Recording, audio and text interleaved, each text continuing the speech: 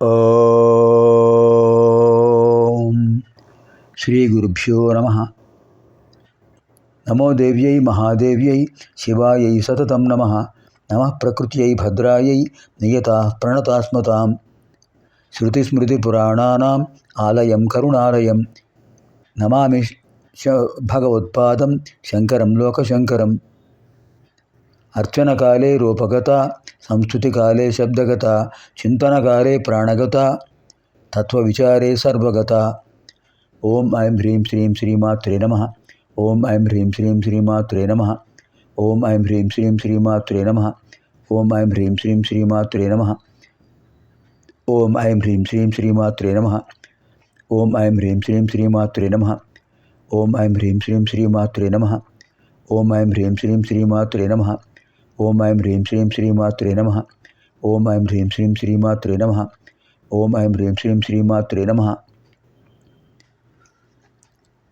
వాగ్భవ కామరాజకోట విజయం. వాగ్భవకూటం అయిపోయింది. కామరాజకూటంలో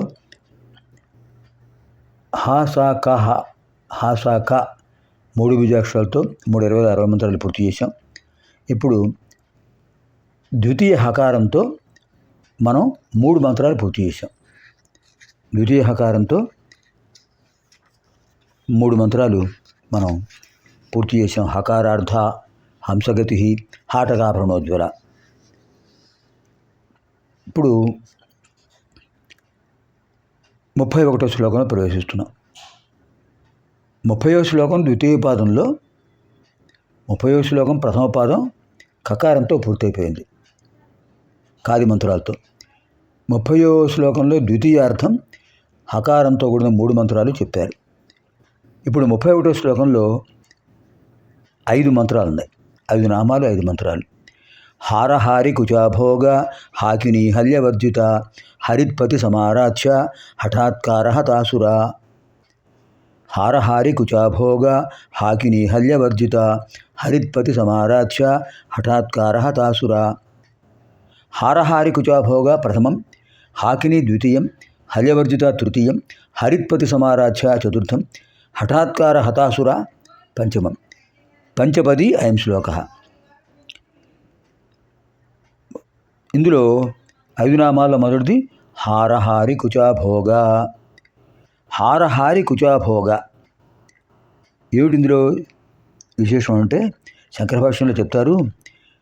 హరస్య పరమేశ్వరస్య ఇమే సంబంధినః హారాః ఈశ్వరత్వ ఆప్తకామత్వ నిత్యతృప్తత్వాదయః గుణాః తాన్ హరతి తద్విపరీత అవిద్యా ఆధానేన ఉత్పాదయతీతి హారహారి. అద్భుతంగా చెప్పారు. పరమేశ్వరుడికి సంబంధించినటువంటి ఈశ్వరత్వాన్ని, పరమేశ్వరుడి నుంచి గుణాలు 3 ఉన్నాయి. ఈశ్వరత్వం, ఆప్తకామత్వం, నిత్యతృప్తత్వం. ఇవి ఈశ్వరుడి యొక్క హారాలు. భౌతికంగా కనిపించే హారాలు కావు ఇవి. స్వామివారిలో ఉన్నటువంటి ఐశ్వర్య గుణ సంయుక్త హారాలు. ఒకటి ఈశ్వరత్వం, అందరిపై ఆధిపత్యం. రెండవది ఆప్తకామత్వం, అన్ని కోరికలు ఆయనలో అంతర్గతంలో ఉన్నాయి.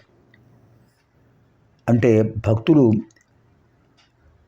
ధర్మబద్ధములైన కోరికలను అడిగినప్పుడు ఆయనలో అంతర్గతంగా ఉన్న వాటి యొక్క బీజాలను అనుగ్రహిస్తుంటారు.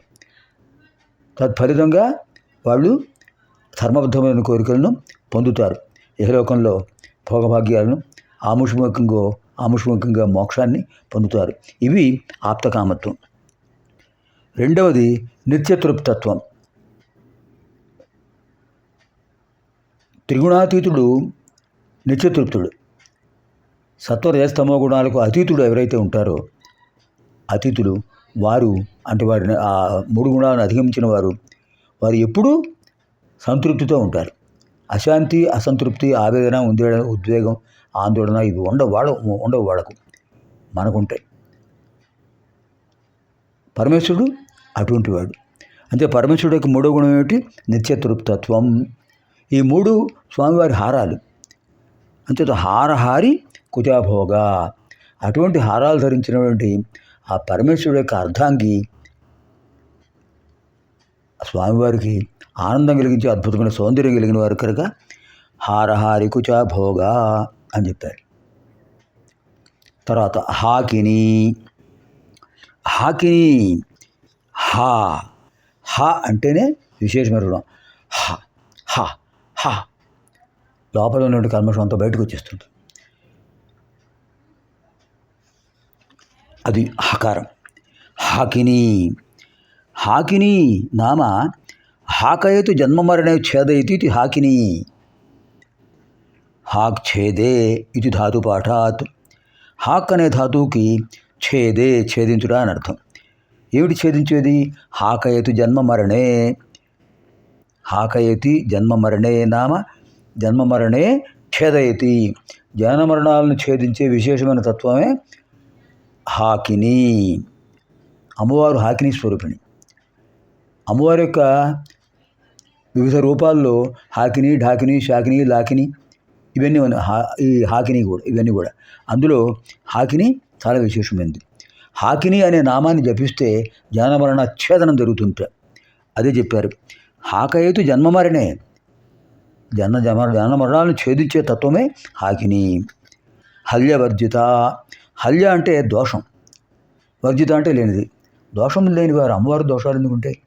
దోషాలు ఉండేది మనకు. హల్యవర్జిత దోషం లేనివారు కనుకనే మన దోషాలను మన లోపాలను పోగొట్టే శక్తి అమ్మవారికి ఉన్నది కనుక హల్యవర్జిత. హల సంబంధి హల్యం కృష్యాది ద్వారా జనకత్వం తద్వర్జిత కామాది విహీన శుద్ధ చైతన్య స్వరూపత్వాత్ హల్యం కపట మిత్రేషు అన్యథా స్వాంతఃకరణ ఆవిష్కృతి తేన వర్జిత. హల్యం అంటే కపటం అని కూడా ఉంది. దోషము కపటం. కపటము లేనిది, నిష్కాపట్య స్వభావం. అటువంటి విశేషమైన స్థానం అమ్మవారిది. అంచేత హల్యవర్జిత. అలాగే అమ్మవారిని సేవించే వారికి కూడా ఎటువంటి కపటం ఉండకూడదు, ఉండదు, దోషాలు ఉండవు. హరిత్పతి సమారాధ్య. హరిత్పతి సమారాధ్య హరితాం దిశాం పతయః మహేంద్రాదయః దిక్పాలకాః తైః సమ్యక్ శ్రద్ధాభక్తిపూర్వకం ఆరాధితుం యోగ్యా.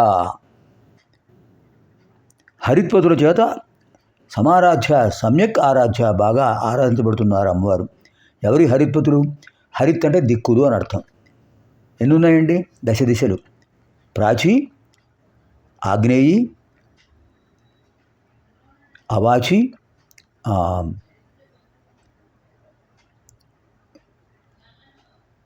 తర్వాత నైరుతి, పశ్చిమ, ప్రాచీ, తర్వాత అర్వాచి అది అర్వాచి, ఇది అర్వాచి పశ్చిమం. వాయువ్యం ఉదీచి ఉత్తరం, ఈశాన్యం, ఊర్ధ్వదిశ అధోదిశ. తూర్పు, ఆగ్నేయం, దక్షిణం, నైరుతి, పశ్చిమం, వాయువ్యం, ఉత్తరం, ఊర్ధ్వదిశ, అధోదిశ. దశ. ఈ దశ దిక్కులలోనూ ఉన్నటువంటి ఆ పరిపాలకులు ఎవరు? దిక్పాలకులు. వాళ్ళు హరిత్పతులు అంటే దిక్కులకు అధిపతులు. వారందరూ కూడా అమ్మవారిని ఆరాధిస్తుంటారు కనుక హరిత్పతి సమారాధ్య. దిక్పాలకులతో ఆరాధించబడుతున్నారు. తర్వాత చాలా విశేషమైన మంత్రం ఉండేది. హఠాత్కార హతాసురా. హఠాత్కార హతాసుర. రక్తబీజుడు దేవిభాగవతం చెప్తారు. రక్తబీజుడు యుద్ధం చేస్తున్నాడు. అమ్మవారి సైన్యం ప్రయోగిస్తున్నారు ఆయుధాలని. ఆ ఆయుధాల వల్ల వాడి శరీరం అంతా రక్తసిక్తమైపోయి రక్తం కింద పడుతుంది. మళ్ళీ రక్తబీజులు ఆ రక్తం కింద పడి రాక్షసులు వస్తున్నారు. అదే రక్తబీజుడు యొక్క ప్రభావం. అంటే అప్పుడు ఏం చేశారు అమ్మవారు? హఠాత్కార హతాసుర. ఒక్కసారి హఠాత్తుగా అమ్మవారు దేవవర్ణిని, స్వర్ణవర్ణ విభాసిని, గౌరవర్ణిని, వింధ్యవాసిని, సింహవాసిని. అలాంటి అమ్మవారు ఈ రక్తబీజుడు యొక్క స్వరూపాన్ని చూశారు. దేవతలు ప్రయోగించే ఆయుధాల వల్ల వాడి శరీరంలో ఉన్న రక్తం కింద ఆ రక్త చుక్కలని కూడా రక్త బిందువులు పడి మళ్ళీ రాక్షసు అవుతున్నారు కనుక మళ్ళీ మరో రక్త బీజుడు ఉద్భవిస్తున్నాడు కనుక వెంటనే ఏం చేశారు అమ్మవారు తన యొక్క శరీరంలోంచి అన్నమయ కోశం అంటే ఈ కోశం కనిపించే భౌతిక కోశం భౌతిక దేహం ఈ దేహంలోంచి ఒక రూపాన్ని ఆవిష్కరింపజేశారు. అది నల్లగా ఉంది, కాళీ నల్లగా ఉంది, కాళీ స్వరూపిణి, ఘోర భయంకరంగా ఉంది. అప్పుడు అమ్మవారు చెప్పారు, నీ నాలుకను అదృశ్యంగా చాపు, విస్తరింపజేయ అదృశ్యంగా, రక్తబీజుడి శరీరం నుంచి ఏ రక్తబొట్టు కింద పడినా కూడా నువ్వు స్వీకరించేసి. వెంటనే హఠాత్తుగా అప్పటికప్పుడు అమ్మవారి సంకల్పం అనుకున్నారు కదా, ఖాళీ ఆవిర్భవించింది. హతాసుర ఒక్కసారిగా ఆ రక్తబీజుడి శరీరంలోంచి పడిన రక్తాన్ని అంతటిని కూడా లాగేస్తుంది అమ్మవారు.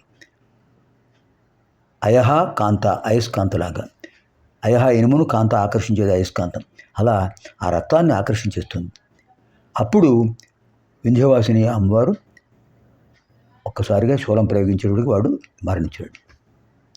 అది హఠాత్తుగా హఠాత్తుగా ప్రత్యక్షమై హత అసుర, ఆ అసురుల్ని చంపడానికి ఒక మార్గాన్ని కల్పింపజేశారు కనుక హతాసుర. అలాంటి అద్భుతమైన మంత్రాలు మనకి ఇక్కడ కనిపించాయి. ఓం ఐం హ్రీం శ్రీం హారహారికుచాభోగాయ నమో నమః. ఓం ఐం హ్రీం శ్రీం హాకిన్యై నమో నమః. ఓం ఐం హ్రీం శ్రీం హల్యవర్జితాయై నమో నమః. ఓం ఐం హ్రీం శ్రీం హరిత్పతు సమారాధ్యాయై నమో నమః. ఓం ఐం హ్రీం శ్రీం హఠాత్కారహతాసురాయై నమో నమః. సర్వేభ్యः శ్రీదేవ్యాः దివ్యానుగ్రహప్రాప్తిరస్తు. స్వస్తి.